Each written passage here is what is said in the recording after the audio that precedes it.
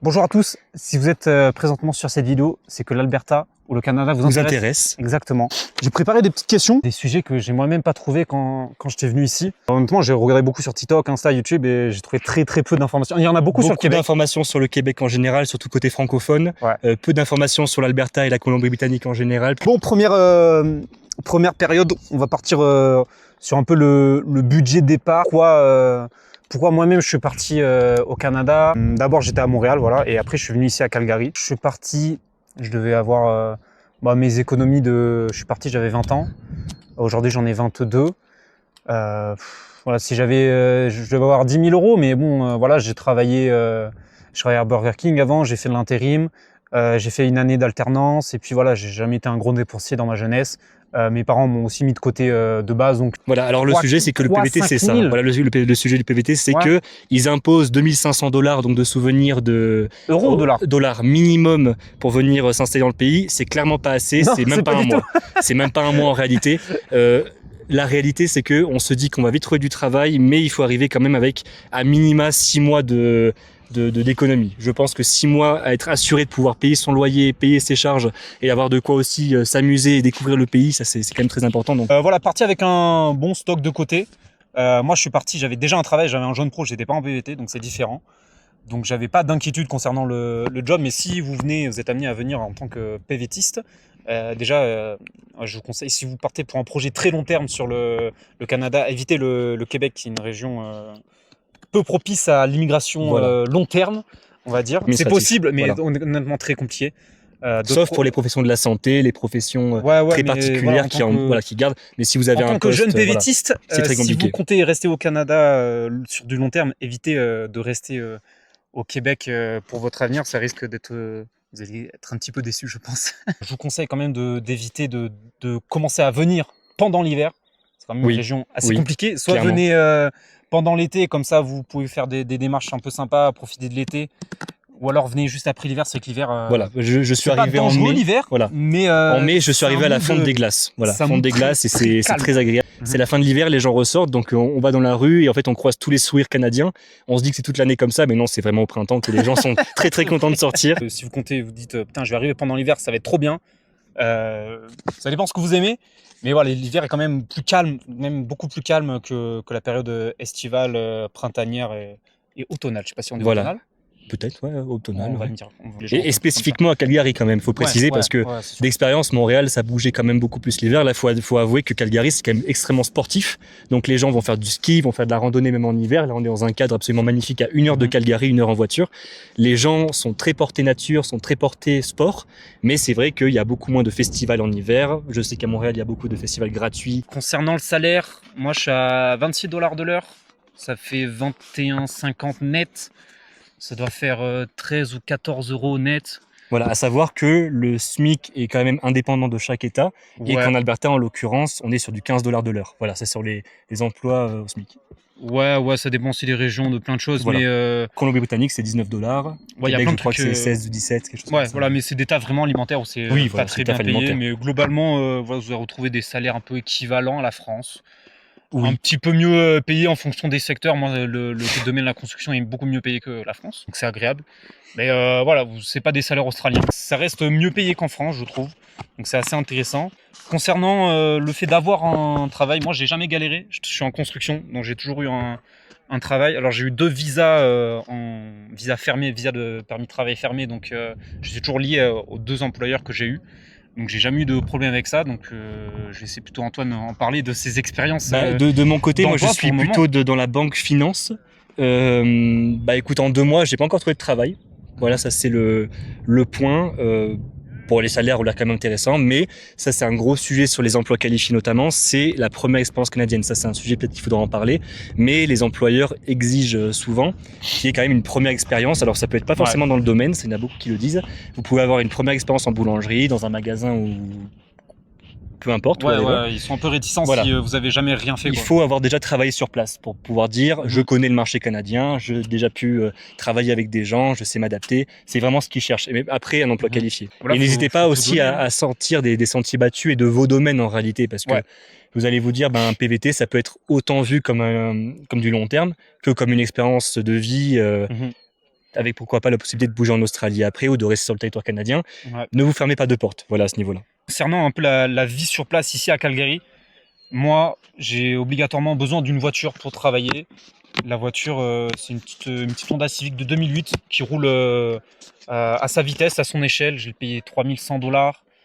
Et la grosse particulière ici, c'est que l'assurance voiture est plus chère que la voiture. Je paye 4500 par an. Qui revient à quoi, 3500 € à peu près? Ouais, 3000 €. Entre 3000 et 3500. Bah, c'est cher de ouf, honnêtement, c'est vraiment cher. C'est spécifique à l'Alberta. Au Québec, c'est beaucoup moins cher. C'est plus au Québec. Au Québec, c'est des prix plutôt européens, français qu'on a l'habitude.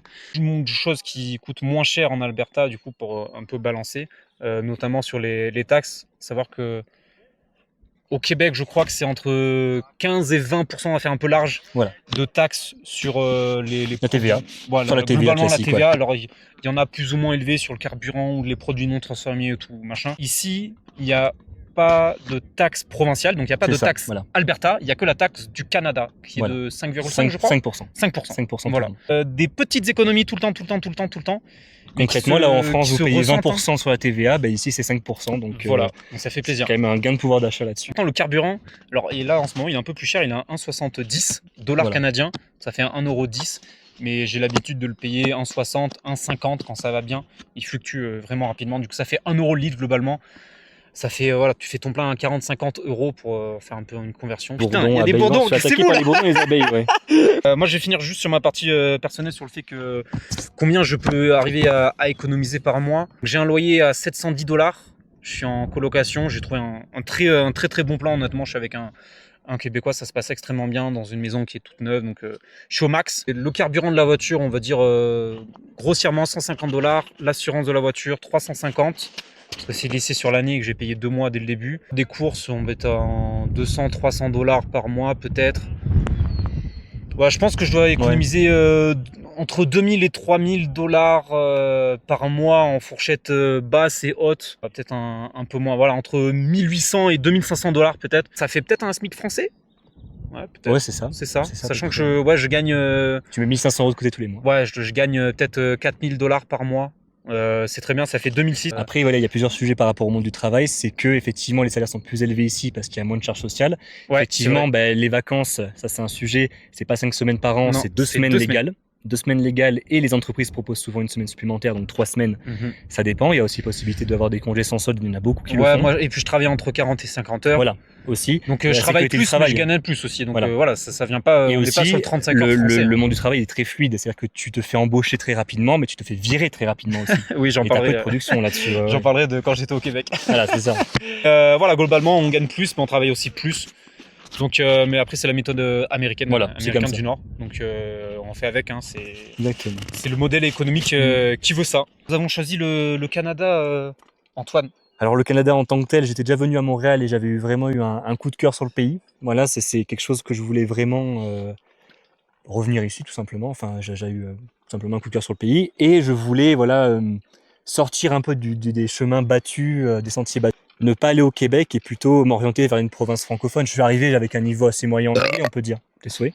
Donc là, tu vas couper ça, j'imagine. Non, je vais le couper. Ça va couper, ok. Arrivé avec un niveau assez moyen en anglais finalement, et je voulais améliorer ça. Donc l'Alberta, c'est bien pour ça. Je trouve que Calgary, c'est un bon point d'atterrissage parce que on reste quand même sur des prix qui sont beaucoup plus avantageux que Toronto ou Vancouver, avec un marché du travail qui est quand même très compétitif, mine de rien, surtout sur le oil and gas et sur les énergies et sur la construction. Ici, globalement, tout marche au pétrole, quoi. Tout marche au pétrole. Tout marche au pétrole. Le gros de l'économie. L'économie, c'est le pétrole. Exactement. Donc tous les gens qui sont riches en Alberta ont principalement été riches au pétrole. Des ingénieurs au pétrole, des travailleurs au pétrole. Globalement, c'est tout ce qui est lié au pétrole, on appelle ça le Texas canadien ici de l'Alberta. En fait, chaque province, pour l'immigration future, a ses propres critères. Et ses propres programmes aussi. Et ses propres programmes. Le Québec a des programmes très compliqués. Le PEQ qui a été supprimé en décembre, réinstauré en mai. Ouais, c'est un peu compliqué, c'est un peu le bazar. Bref, pour faire simple, vous regarderez, vous avez déjà assez de vidéos sur le Québec, on va pas en parler, parce que sûrement il y en a d'autres qui le font mieux que moi, que nous. Il faut savoir qu'ici en Alberta, vous allez bénéficier de 600 points CRS. Donc je sais plus si c'est la traduction anglaise ou en français ça. Donc, globalement, c'est les points qui vous permettent de vous inscrire à la RP. Et pour ça, il vous faut 1 an de travail qualifié. Donc les travails qualifiés, les travails vont de 0 à 5, sachant que 0, c'est les gens qui vont sur la Lune, c'est les ingénieurs ultimate. Voilà. Moi, mon métier de paysagiste chef d'équipe, je suis classé 2, donc le 2, c'est très bien. Et voilà, une fois que vous atteignez 1 an de travail qui correspond à 1566 heures, voilà, j'ai les calculs en tête, eh bien vous allez pouvoir postuler à la province de l'Alberta et gagner 600 points. Quand vous gagnez 600 points, vous êtes automatiquement après reçu à la RP nationale du Canada. Les tirages au sort se font entre 450 et 520, je crois, points. Donc quand vous en avez 600, même si vous avez 60 ans, c'est pas de jambes, pas d'enfants, automatique, vous êtes automatiquement tiré au sort. Moi, j'ai fait ma demande de RP là récemment. Je suis à 327 points, ce qui n'est donc pas assez. Donc je vais devoir attendre de pouvoir faire cette demande provinciale en Alberta pour récupérer les points et ensuite par la suite récupérer ma RP canadienne qui me permettra de pouvoir être libre dans tout le pays quoi, globalement. Donc c'est assez intéressant d'immigrer en dehors du Québec. Savoir après, tout dépend de votre projet initial, si vous souhaitez juste rester le temps de votre PVT ou autre. Comptez rester sur du long terme, c'est important de comprendre que le Québec n'est pas forcément la bonne solution et qu'il y en a des plus appréciables. Après, une fois la RP obtenue, vous faites ce que vous voulez dans tout le pays. Donc vous pouvez aller au Québec d'ailleurs. Voilà, une fois la RP en Alberta, vous pouvez rester 2 ans ici, avoir la RP. Exactement. Savoir que si ça vous intéresse, vous avez d'ailleurs un simulateur sur le site de l'IRCC pour calculer le nombre de points. Ça prend en compte le niveau d'études, l'âge, la situation familiale et notamment la profession. Voilà. Ouais. Et c'est pas nécessaire d'avoir un emploi qualifié au sens bureau pour pouvoir avoir la RP. C'est-à-dire que lorsque vous faites partie du bassin francophone, ça aussi vous pouvez vous y intéresser, lorsque vous êtes francophone à la base, vous faites partie d'un pôle spécial et vous avez une RP favorisée, voilà, avec le nombre de points qui est réduit. Honnêtement, je ne suis pas assez qualifié pour parler de tout ça, mais voilà, on a une petite expérience personnelle. Moi, ça fait 1 an et demi que je suis là. J'ai fait 3 visas en tout, un stage, un jeune pro, et là, je suis en mobilité francophone. Donc, j'ai pu faire des petits cursus. Et puis Antoine est en PVT. Donc, à nous deux, on réunit tous les différents exemples. C'est très bien. Visas un peu possibles qui se disent qu'ils vont arriver ici et apprendre l'anglais sur place. Moi, je pense que c'est possible, mais très compliqué. Faut avoir des bases quand même. Faut avoir des bases pour tout ce qui est simplement. Un anglais niveau collège où vous bégayez à chaque phrase, vous comprenez rien. Bah les gars, faut pas être surpris que ça va être compliqué. Hein. Comprendre un minimum, s'exprimer un minimum pour tout ce qui est, vous allez prendre forcément un appartement. Il va falloir quand même vous poser des questions, communiquer, aller au magasin, acheter des meubles, faire poser des questions, lire l'anglais aussi. Arriver avec un niveau 0. Bon, on peut le faire en soi, mais c'est rien n'est impossible. Ici, vous êtes en Alberta, il faut parler anglais. Et puis voilà, parler anglais, c'est aussi une compétence d'avenir pour plein de choses. Et de toute façon, vous n'avez pas le choix puisque c'est une région anglophone. Donc tout le monde parle anglais. Mais à savoir que le français est aussi un avantage parce qu'il y a beaucoup de postes qui sont bilingues. Et le côté français, justement, est apprécié. Voilà. Alors, mais il faut parler anglais. Ça, c'est quand même évidemment qu'il faut parler anglais, les gars. C'est une région anglaise, donc c'est normal. Mais l'anglais, le français peut être un bonus pour certains postes, certaines qualifications. Je me suis beaucoup amélioré en anglais. Alors, j'ai pas appris tant de mots que ça.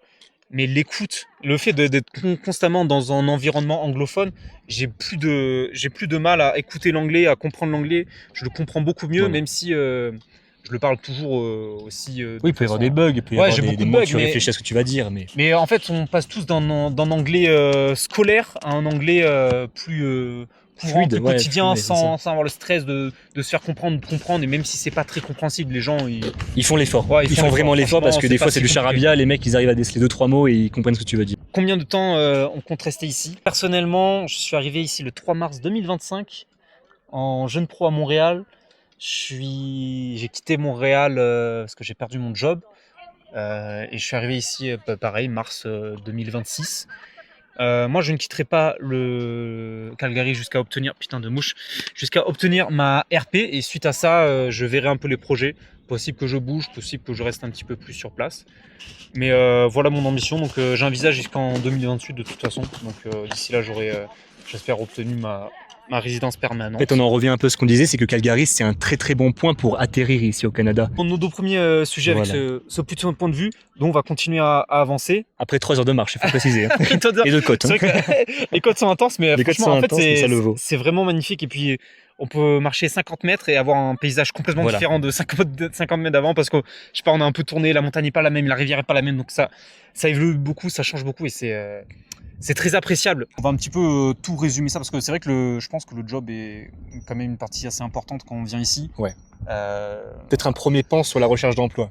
Ouais, je pense qu'il faut vraiment comprendre que savoir dans quel domaine vous voulez peut-être commencer et surtout ne pas se bloquer sur un domaine. Si vous êtes en PVT, prenez un peu pas des jobs bas de gamme pour le début, mais voilà, si alimentaire, alimentaire, voilà, n'hésitez pas à prendre un job alimentaire dès le début. Faut pas se frustrer si on trouve pas le job ça idéal recrute dès le début. Très vite. Par contre, les jobs alimentaires, c'est-à-dire que les jobs qualifiés, il y a des vrais process de recrutement. Par contre, vous allez faire le tour des magasins en déposant le CV, vous allez avoir une offre.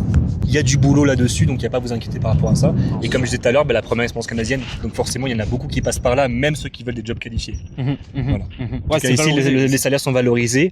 Et objectivement, même quelqu'un qui travaille, qui a un petit poste en boulangerie ou n'importe quoi, peut quand même sortir un salaire largement suffisant pour vivre. Ouais, même des postes bas de gamme, lambda, vont être mieux payés en tout cas. Ouais. Dans la vente, il y a les tips, ça c'est une part non négligeable du salaire. D'ailleurs, il y a ça, on peut en parler sur le pan du pouvoir d'achat, c'est les tips au restaurant. C'est-à-dire qu'effectivement, la TVA est à 5%. Par contre, systématiquement, tu vas lâcher 10, 15, 18, 20% en plus pour le service. Quoi. C'est très mal vu de pas en mettre. Quoi. Ouais, c'est très mal vu. Après, ça dépend des services. Hein. J'ai fait des entretiens. Ça, je peux en parler sur les jobs qualifiés, notamment dans tout ce qui concerne la finance. Les jobs ici, le gros des entretiens, ce sera pas forcément des entretiens techniques comme on peut avoir en France. Ça, je le dis sans doute pour les ingénieurs, pour tous ces métiers qualifiés. Le gros de ce qu'ils vont vous demander en entretien, c'est pas d'expliquer des choses techniques, ça va être comment tu te comportes au travail. C'est-à-dire que le gros de tes questions, ça va être comment vous dealez un problème, un désaccord avec un collègue de travail, comment vous repérez des erreurs dans votre travail, comment vous vous améliorez, comment vous vous organisez, comment vous faites face au stress. C'est beaucoup des questions qui sont posées parce que ils partent du principe que techniquement, tu as déjà les clés en main et en fait, objectivement, si tu arrives et que tu fais pas le travail, tu es viré en fait. Hein.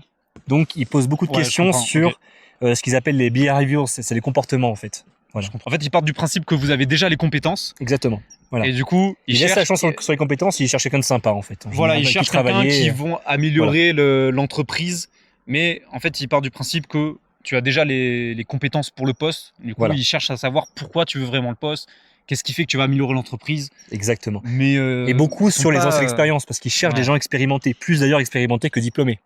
Ça, c'est une réalité. Les diplômes, je les ai pas du tout utilisés. J'ai un BTS et une licence dans la construction, pour faire simple. Et globalement, moi, le job que j'ai eu ici en Alberta pour mon permis mobilité francophone, je les ai appelés. Ils m'ont dit ouais, c'est bon, c'est ok, tu sais travailler. Oui, et voilà.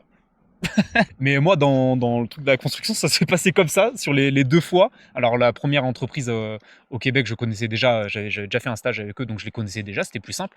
Mais ici, voilà, j'avais mis des posts sur Facebook en disant que je cherchais un travail sur des groupes francophones, et il y avait un Belge qui m'a aidé, qui m'a dit là, l'entreprise où je suis, ils peuvent t'aider. Donc j'ai envoyé un mail à la RH qui m'a appelé, qui m'a répondu, qui m'a dit oui, c'est bon, on te fait le visa, et puis voilà. Ça a été très rapide, très surprenant. C'est fluide, c'est vraiment fluide ici. Et voilà, honnêtement, je crois que j'ai fait 2 appels avec elle. Après, je lui ai parlé sur WhatsApp, et puis voilà, pas plus. Hein. Mais comme Antoine, des métiers plutôt de bureau va être. Voilà, il faudra passer quand même par le côté préparation à ces entretiens, puisqu'on gère plus, on va plus évaluer ta capacité à raconter des anecdotes de ce que tu as fait au travail plutôt que tes compétences techniques. Ouais. Après, c'est comme ça, mais comme je disais tout à l'heure, c'est l'expérience canadienne. Pour avoir des retours, voilà, tout le monde passe par là. Il faut avoir un petit boulot alimentaire pour dire je travaille au Canada, je me bouge les fesses, je reste pas attentiste à postuler pendant 6 mois à tout ce qui est possible, et je vais de l'avant. Voilà, ils aiment les gens qui vont de l'avant, et si vous arrivez ici, n'hésitez vraiment pas, par exemple, à imprimer vos CV, à aller les distribuer dans les magasins, dans les boulangeries, dans ce que vous voulez, dans les cafés. Ça recrute comme ça. Dès que si vous dites j'ai posté sur LinkedIn à 300 offres, et je vais voir ce qui tombe. LinkedIn, il n'y a rien. LinkedIn, concrètement, ici, il n'y a pas grand-chose. Il n'y a rien qui va tomber. Il y a beaucoup d'Indeed. Indeed, ça marche bien ici. LinkedIn, concrètement, doit y avoir 30% des offres qui sont elles-mêmes publiées, qui elles-mêmes représentent pas beaucoup d'offres sur le marché. Ouais, mais je pense que la chose à comprendre, c'est qu'il faut faire la chose par soi-même, et vraiment, il faut y aller pour avoir le travail, il faut insister. Il faut y aller en personne, en physique, demander. Mais il faut aller chercher avec les dents. Ouais, voilà, c'est ça, quoi. C'est le pays des opportunités ici. Exactement. Mais il faut aller chercher quand même. Exactement. Et l'évolution peut très vite se faire si vous êtes très motivé et que vous avez vraiment la dalle. Ils cherchent des bosseurs. Ouais. Ils cherchent des bosseurs. Voilà. Ils cherchent des bosseurs. Je crois que les feignants, vous allez vite comprendre que vous pouvez l'être, mais c'est dur ici pour être feignant. Franchement, c'est dur ici pour être feignant, et puis vous allez pas être content parce que en fait, il y a rien qui vous sera donné. Mais si vous travaillez pas, si vous travaillez, on va vous aider, on va Enfin, ça va venir un peu tout seul, plus facilement et mieux qu'en France, je trouve. Ici, si tu travailles et que tu montres que tu travailles, que tu as envie de plus, on va te donner plus. En France, si tu travailles plus, que tu donnes plus, voilà. On va donner plus de travail. On va donner plus de travail, mais tu vas pas gagner plus ou tu n'auras pas plus de récompenses, je trouve. La partie vie en Alberta, vie à Calgary. Moi, ça fait 3 mois, un peu comme Antoine, 2 mois et quelques, qu'on est là. J'ai 1 an au Canada, donc je vais pouvoir parler un peu plus du Québec et de l'Alberta pour voir un petit peu les différences. Mais voilà, Calgary, Antoine, un avis premier abord. Premier abord, c'est une ville qui est très sympa à vivre, honnêtement. C'est une ville où il y a un pouvoir d'achat qui est super intéressant, mais le point, donc on en a parlé, c'est que c'est pas une ville qui est très très vivante pour les jeunes. Voilà, faut dire les choses comparé à Montréal, Vancouver ou Toronto. Si vous voulez venir en PVT pour faire la fête, c'est clairement pas l'endroit idéal, on va dire. Pas du tout. Le downtown est très sympa, il est pas très grand. La ville est très très large, mais en fait tout l'intérêt de la vie en Alberta, en fait c'est ça, c'est qu'on est à 1 heure de route en voiture et on se trouve dans des paysages. Je sais que c'est aussi le cas en Colombie-Britannique. L'avantage qu'on a ici, c'est le coût. Voilà, c'est le coût de la vie qui est quand même plus intéressant. On n'a pas la mer. Bon. Non, on n'a pas le Pacifique. Mais voilà, Calgary, c'est à 1 heure des Rocheuses, c'est à 1 heure du lac Louise, c'est le lac le plus beau du monde en théorie, selon les articles qui ont payé pour pouvoir le dire. Calgary, c'est une ville calme où l'activité est vide. Parce qu'en réalité, les week-ends, c'est ça. Quand on se promène le week-end, on se rend compte que merde, les rues sont vides. Quoi. C'est vide. Les rues sont vides même en plein centre parce que les gens, en fait, tous les week-ends, ils vont faire la randonnée, ils vont faire du kayak, ils vont faire des sorties à cheval. Voilà, ça bouge. Alors pendant Stampede, notamment, donc début juillet, là cette année, c'était du 2 au 12 ou du 3 au 12, ça a énormément bougé. Là, la ville, elle s'est vraiment remplie d'un coup. Ça sortait tous les soirs. Il y avait de la musique dans les rues partout, des festivals. Mais c'est vrai que c'est 2 semaines par an. Il y a des petits festivals pendant l'été. On n'a pas encore connu l'hiver. Non, mais de ce que je sais, l'hiver est beaucoup rude, mais beaucoup mieux qu'à Montréal. C'est-à-dire que va y avoir des gros froids, beaucoup de neige, mais aussi pas mal de soleil, beaucoup plus de soleil. Donc c'est compliqué, mais plus vivable qu'à Montréal de ce que j'ai connu et appris. Une ville de famille sur des bases américaines où la ville va être construite de façon américaine, où des grosses routes, des grosses autoroutes, fait en quadrillage. Il y a des quartiers un peu sympas. Le downtown est joli et pas très grand, mais c'est sympa. Il y a Banff, il y a Canmore qui a 2 pas pareils. Là, on est en plein Canada Skis, donc c'est un grand parc national qui est donc du côté de Banff, si je ne dis pas de conneries. On est un peu avant Banff. En fait, voilà, il y a des randonnées absolument partout. On peut faire du kayak, on peut faire du rafting. Niveau activité de montagne, c'est génial. Antoine, est-ce qu'il y a beaucoup de Français ? Il y a quelques Français, il n'y en a pas autant qu'à Montréal, ça va de soi. C'est sûr. Là-dessus, il y a une petite communauté française. Oui, concrètement, il y a du français ici. Après, l'objectif, c'est quand même de ne pas rester uniquement avec des Français. Il faut quand même pouvoir échanger avec des Canadiens et même des étrangers parce que les Canadiens sont quand même extrêmement accueillants, extrêmement friendly.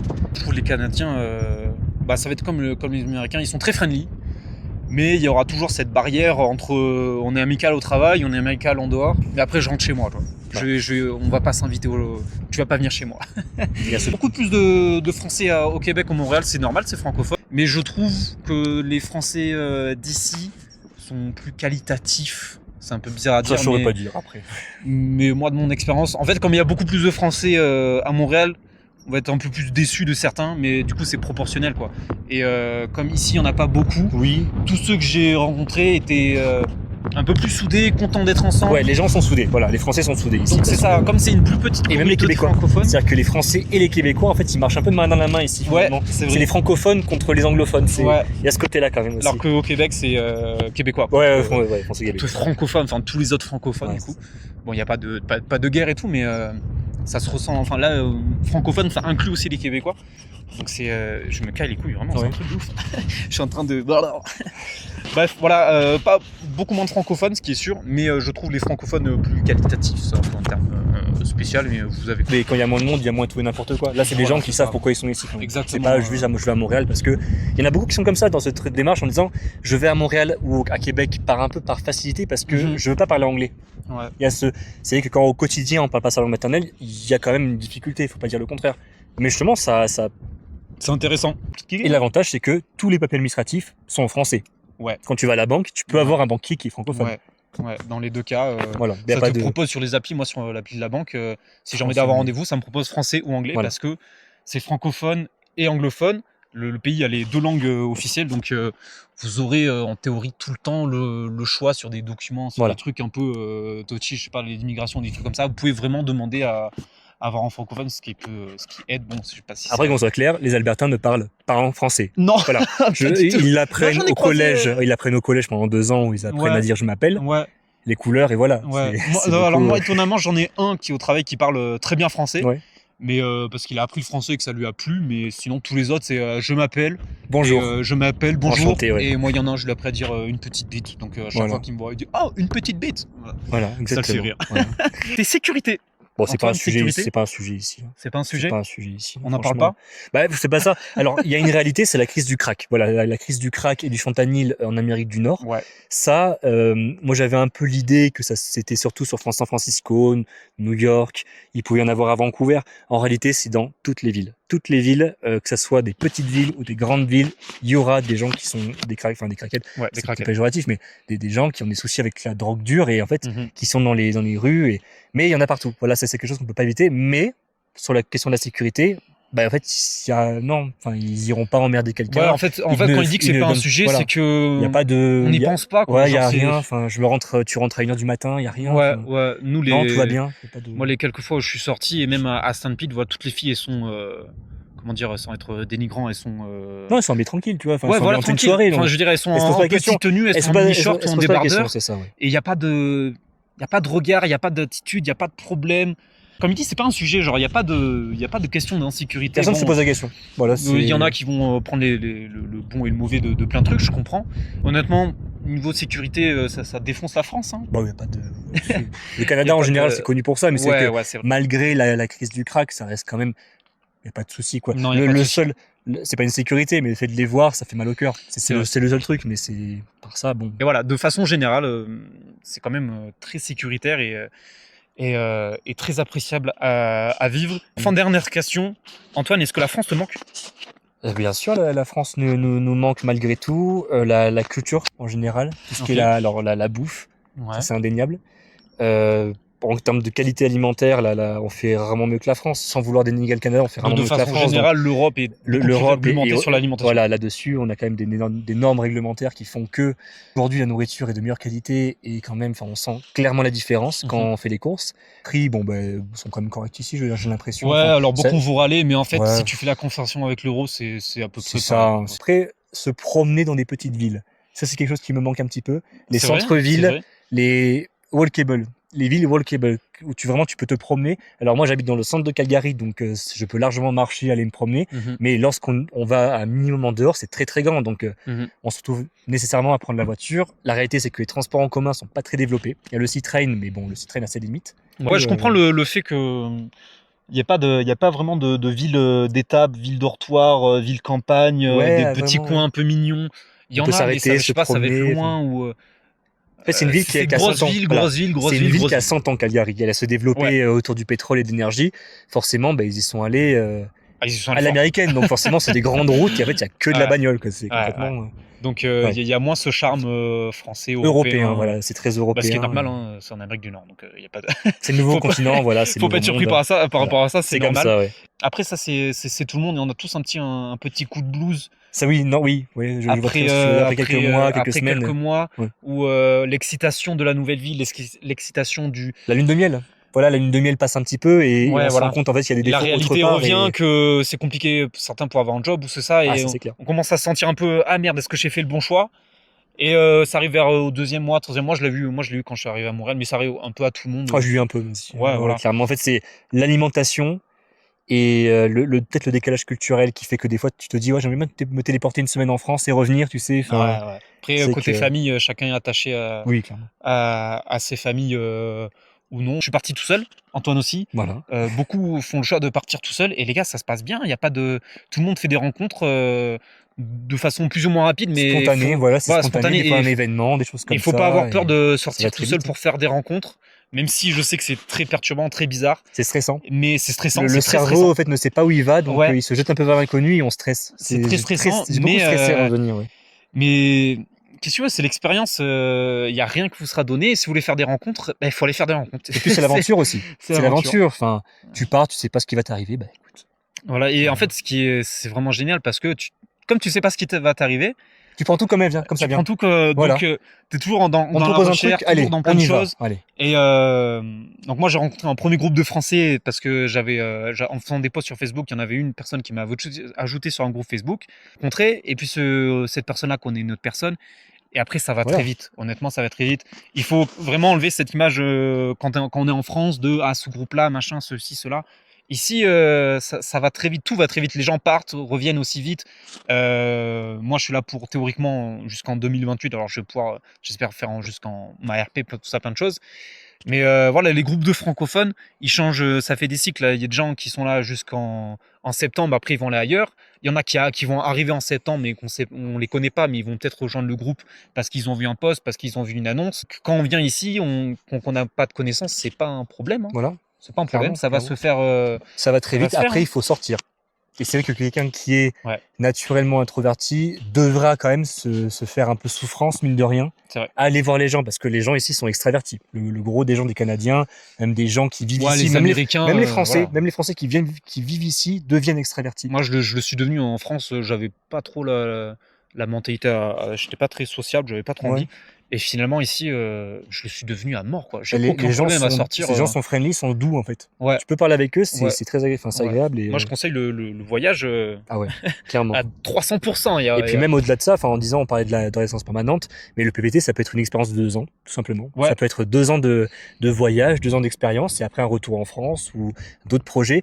Il ne faut pas se limiter uniquement à ça. Conclure sur ça. Voilà, Antoine, je trouve ça positif. Un dernier mot. Un dernier mot, c'est soyez positif et tenter l'aventure, voilà. Voilà, tenter l'aventure, je pense que c'était des belles paroles. Moi, je vais conclure aussi un peu de la même façon. Pensez à voyager, pensez à, non pas forcément quitter la France, mais pensez à voyager dans votre vie pour découvrir d'autres cultures, d'autres façons de faire. Sortez de chez vous, voilà. Sortez de chez vous. Sortez de chez vous. Et si vous avez des questions, mettez-les dans les commentaires de YouTube. Je pense qu'il y en a beaucoup qui auront des questions. Certains, j'essaierai de répondre à toutes celles que je peux et que j'ai les connaissances pour répondre, mais certains pourront également répondre sous les commentaires que vous mettez, donc ça peut être intéressant.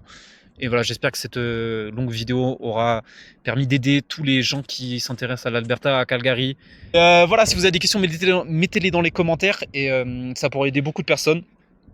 Et ça me donnera aussi des idées sur d'autres vidéos, d'autres promenades à faire. Si je peux aider des gens, c'est avec plaisir. Quant à nous, on va rentrer faire le retour. Voilà. On commence à faire froid. On a sûrement 2 heures de marche intense. Et la marmotte qui est derrière nous a regardé. Salope. Bon. Pardon. Bref.